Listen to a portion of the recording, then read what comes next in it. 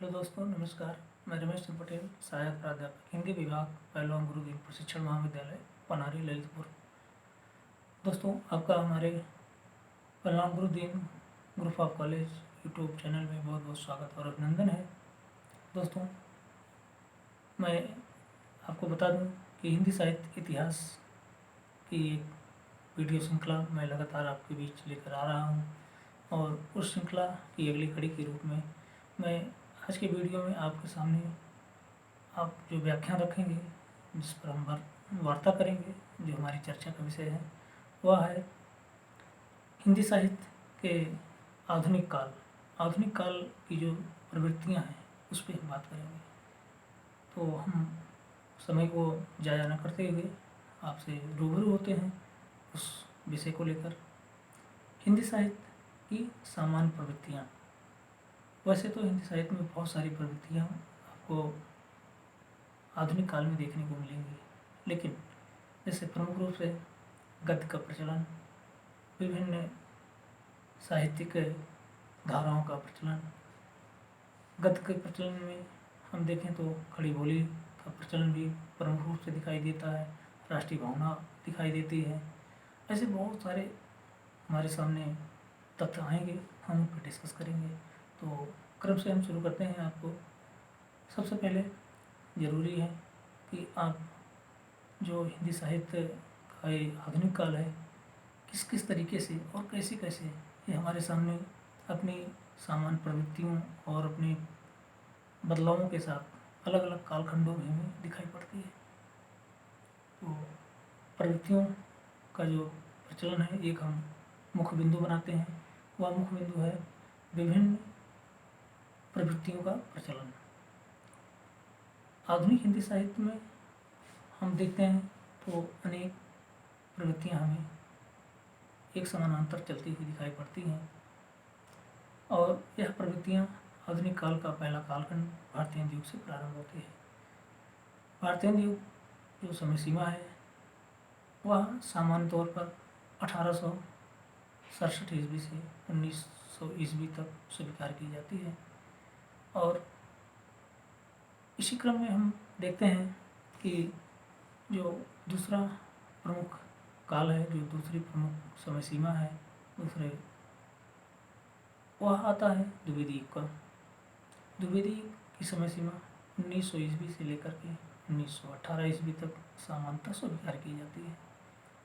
और तीसरे प्रमुख कालखंड के रूप में हम देखते हैं तो छायावाद का अस्तित्व हमें दिखाई देता है, और छायावाद की समय सीमा हम देखते हैं तो 1918 ईस्वी से लेकर वह 1936 ईस्वी तक दिखाई देता है।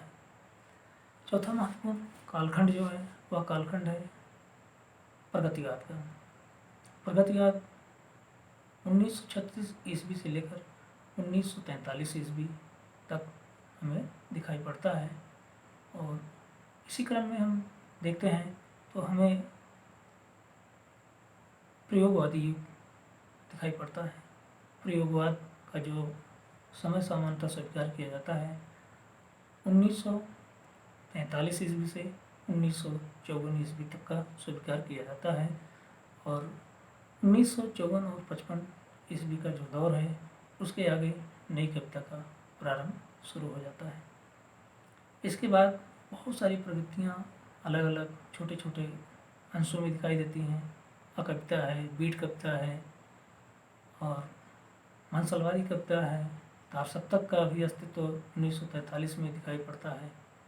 तो इस प्रकार से बहुत सारी छोटी छोटी धाराएं प्रचलित हुई, और इनके माध्यम से कविताओं की रचना तो हुई ही, लेकिन एक क्रांतिकारी परिवर्तन के रूप में हमें गद्य साहित्य भी देखने को मिलता है।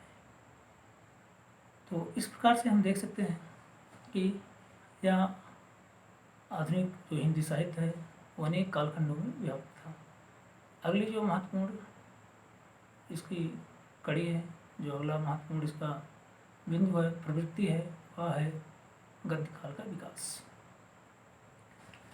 आधुनिक काल की सामान्य प्रवृत्तियों में हम देखें तो एक महत्वपूर्ण यह बिंदु हमारे सामने उभर कर आता है, और इसका अस्तित्व जो है वह एकदम नवीन था और बहुत ही क्रांतिकारी था। इसलिए हम देखते हैं कि हिंदी साहित्य के आधुनिक काल में गद्य का विकास काव्य के साथ साथ और काव्य से कहीं आगे बढ़कर होता है। और गद्य की बहुत सारी विधाएं प्रचलित होती हैं, जिनमें हम नाटक, उपन्यास, कहानी, आत्मकथा, संस्मरण, रिपोर्टाज, जीवनी इत्यादि बहुत सारी विधाएं हमारे सामने आती हैं और एक से बढ़कर एक श्रेष्ठ साहित्य हमें देखने को मिलता है।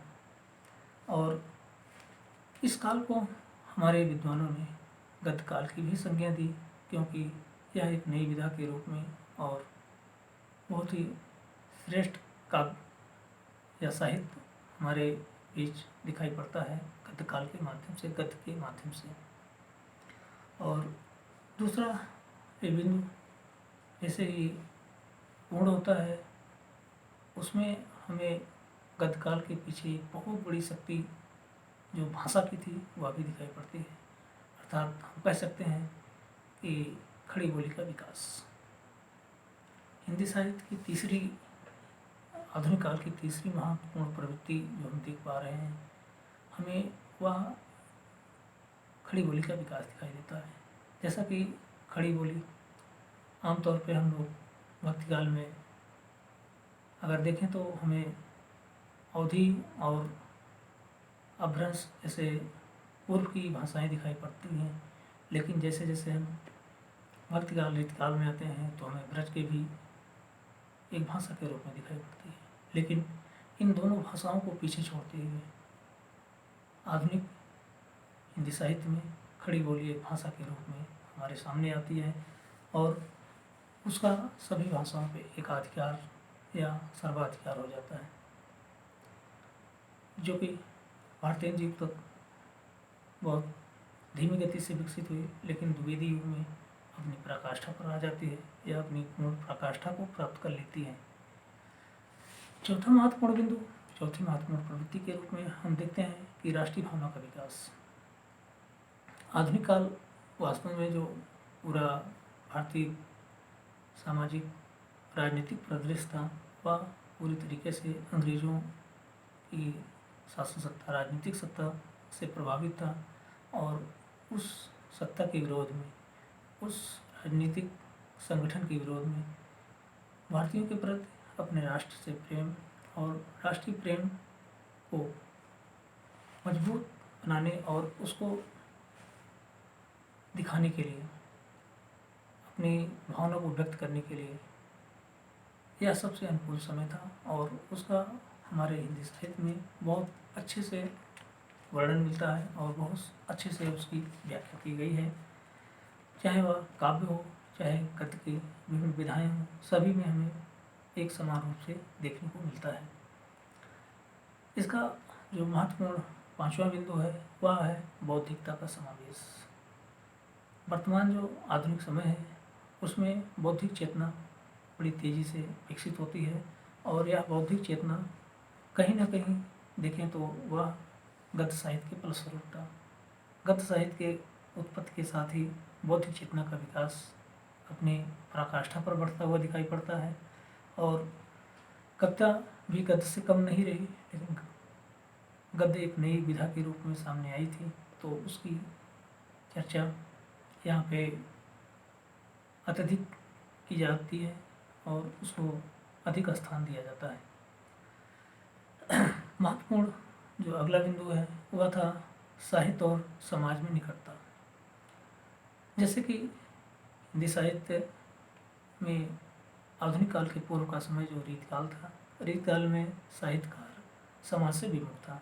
वह दरबार में और दरबारी कवि गायक के रूप में रह गया था, लेकिन आधुनिक काल में साहित्यकार आमजन और आम लोगों के हृदय तक पहुँचने का कार्य किया और समाज से उसकी निकटता बढ़ी।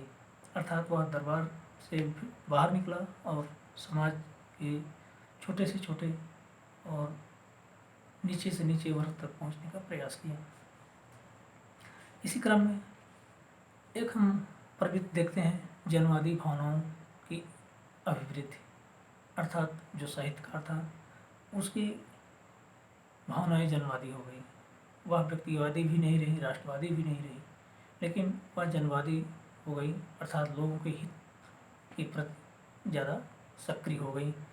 हम इस तरीके से देख सकते हैं कि यह साहित्य जो था वह साध्य मात्र नहीं रह गया, कोई साध्य मात्र नहीं रह गया, ना अभिजात वर्ग का, न किसी बड़े वर्ग का। अब यह छोटे छोटे गरीब वर्ग के गरीब तबकों तक बात पहुंचने लगी और उनमें दीन, दलित, असहाय, कमजोर, वृद्ध जैसे बहुत सारे वर्ग शामिल हो चुके थे। और नवयुग की चेतना इस साहित्य के चेतना को और अधिक मजबूत करती है और उसमें क्रांतिकारी परिवर्तन लाती है। वह कल्पना लोक से, अर्थात जो साहित्य में कल्पना की भूमिका थी, उससे उतर कर, उससे निकल कर यथार्थ की ओर बढ़ी, अर्थात जो समाज की वास्तविक सच्चाइयाँ थी उसकी ओर कार्य करना प्रारंभ कर दिया था।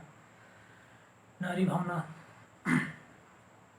हिंदी साहित्य में नारी भावना को लेकर के मैं आप सभी को अवगत करा दूँ कि भारतीय समाज में नारी को लेकर साहित्य में हमेशा अच्छी और ऊंची बातें की गई हैं, परंतु वास्तविक स्थिति कुछ उससे भिन्न होती थी और यह स्थिति आधुनिक काल में भी कहीं न कहीं देखने को मिलती है। और इसका हमारे आधुनिक साहित्यकारों ने पुरजोर विरोध किया और पिछले आज़ादी के बाद के कुछ दशकों में नारीवादी चेतना को लेकर के, नारी विमर्श पर बहुत गहन चर्चा भी हुई और बहुत इस पे नया साहित्य लिखा भी गया। और आज के युग में बहुत सारी नारीवादी लेखिकाएँ और साहित्यकार हमारे सामने आते हैं। नंबर जो एक अगला महत्वपूर्ण बिंदु है वह है श्रृंगारी भावना। श्रृंगारी भावना के अंतर्गत हम कह सकते हैं कि इस समय का जो साहित्य था उसमें नारी भावना के समानांतर ही इस युग में नारी श्रृंगारी भावना का जो पल्लवन हुआ या पल्लवन देखने को पाते हैं, वह पल्लवन कहीं न कहीं भारतीय युग से लेकर छायावाद युग तक श्रृंगारी भावना अपने उदात्त रूप में दिखाई पड़ती है। और यह साहित्य के उस स्थान पर जमी रही, उस स्थान पर टिकी रही जो छायावाद के पाश्चात्य फ्रायड, अर्थात हम यूँ कह लें कि इसमें नारीवाद के अंतर्गत यौनवादी, अर्थात जो श्रृंगार की सूक्ष्मता थी उसके ओर उतर रही थी और यौनवाद के प्रभाव ने श्रृंगार की उदात्त भावना को वासना के करीब ला दिया और उससे वासना से कहीं न कहीं उसको छोड़ दिया। उसमें मांसलता यानी जो दैहिक सुख था, देह की जो सुंदरता थी उसके प्रति ज़्यादा आकृष्ट दिखाई पड़ता है। एक महत्वपूर्ण बिंदु जो आधुनिक काल की सामान्य प्रवृत्तियों में हम देखने को पाते हैं वह थी कार्ल मार्क्स की विचार या उनकी विचारधारा का पोषण हुआ। वह इस तरीके का पोषण हमें दिखाई पड़ता है जैसे कि आधुनिक काल में कार्ल मार्क्स अर्थात जो प्रगतिवाद था वह कहीं न कहीं द्वंद्वात्मक भौतिकवाद और फ्रायडवाद के यौनवाद का व्यापक प्रभाव दिखाई पड़ता है। इन्हीं के फलस्वरूप हिंदी साहित्य में जहाँ एक और श्रमिक मजदूर और उपेक्षित वर्ग की बात होती है, वहीं पर हमें यौन पिपासाओं और कामुक भावनाओं का भी विकास दिखाई पड़ता है। यहाँ तक कि इसका बहुत सारा वर्णन हम हिंदी साहित्य के आधुनिक रचनाओं में पाते हैं। कामायनी एक बहुत ही बड़ा ग्रंथ है जिसके बारे में टिप्पणी करना बगैर अच्छे अध्ययन के कुछ भी कह पाना मुश्किल है, लेकिन कहीं न कहीं उसमें भी ऐसी प्रवृत्तियाँ हमें दिखाई पड़ती हैं।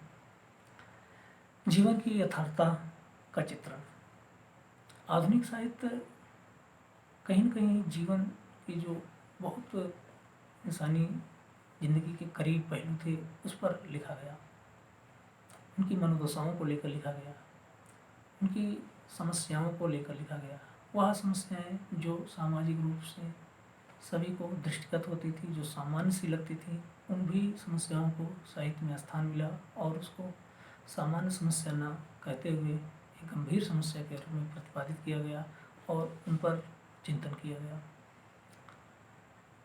इसी तरीके से हम देखते हैं प्रकृति प्रेम भी दिखाई पड़ता है इस युग में, अर्थात आधुनिक युग में हमें प्रकृति प्रेमी कवियों की कमी नहीं दिखाई पड़ती है। चाहे हम देखें तो भारतीय युग में भारतेंदु श्रीधर पाठक की रचनाओं में, फिर उसके बाद हम देखें तो गंगा लहरी जैसे रचना में जगन्नाथ दास की रचनाओं में मिलता है, पंत की रचनाओं में मिलता है। अर्थात कहीं ना कहीं देखें तो प्रकृति का बहुत गहरा तादात्म्य आधुनिक काल से हो जाता है और आधुनिक कालीन जितने भी साहित्यकार हैं उनकी रचनाओं में प्रकृति कहीं ना कहीं समाई हुई पड़ी है और यहाँ तक कि प्रकृति का मानवीकरण भी कर दिया जाता है और वह एक अनोखे रूप में उसको सामने प्रस्तुत किया जाता है। इस तरीके से हम देखते हैं कि शैली में विविधता एक महत्वपूर्ण जो उसमें हमें एक प्रवृत्ति दिखाई पड़ती है, वह थी शैली में विविधता, यानी अनेक प्रकार की शैलियों का प्रयोग हुआ।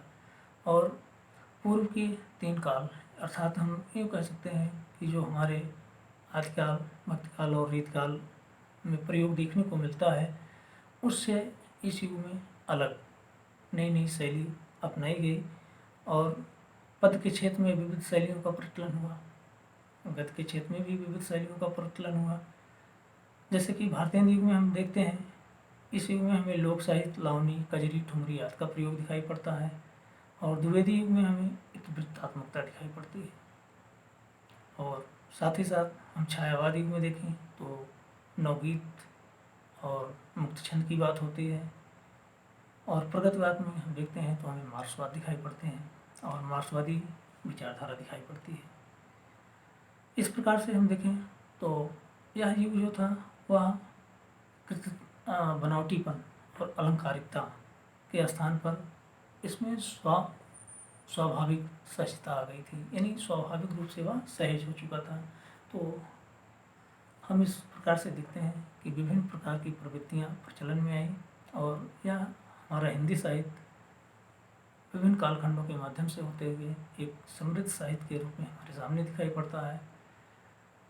निष्कर्षतः हम कह सकते हैं कि आधुनिक हिंदी साहित्य अपने विविध प्रवृत्तियों और उसकी संपन्नता के कारण एक श्रेष्ठ साहित्य देने में सफल हुआ है। आज का वीडियो यहीं तक। अगली वीडियो में हम आपको पुनः फिर मिलेंगे हिंदी साहित्य के एक नई चर्चा पर और एक नए विषय पर, एक नई टॉपिक लेकर। तो तब तक के लिए आप सबको नमस्कार और बहुत बहुत आप सबका धन्यवाद।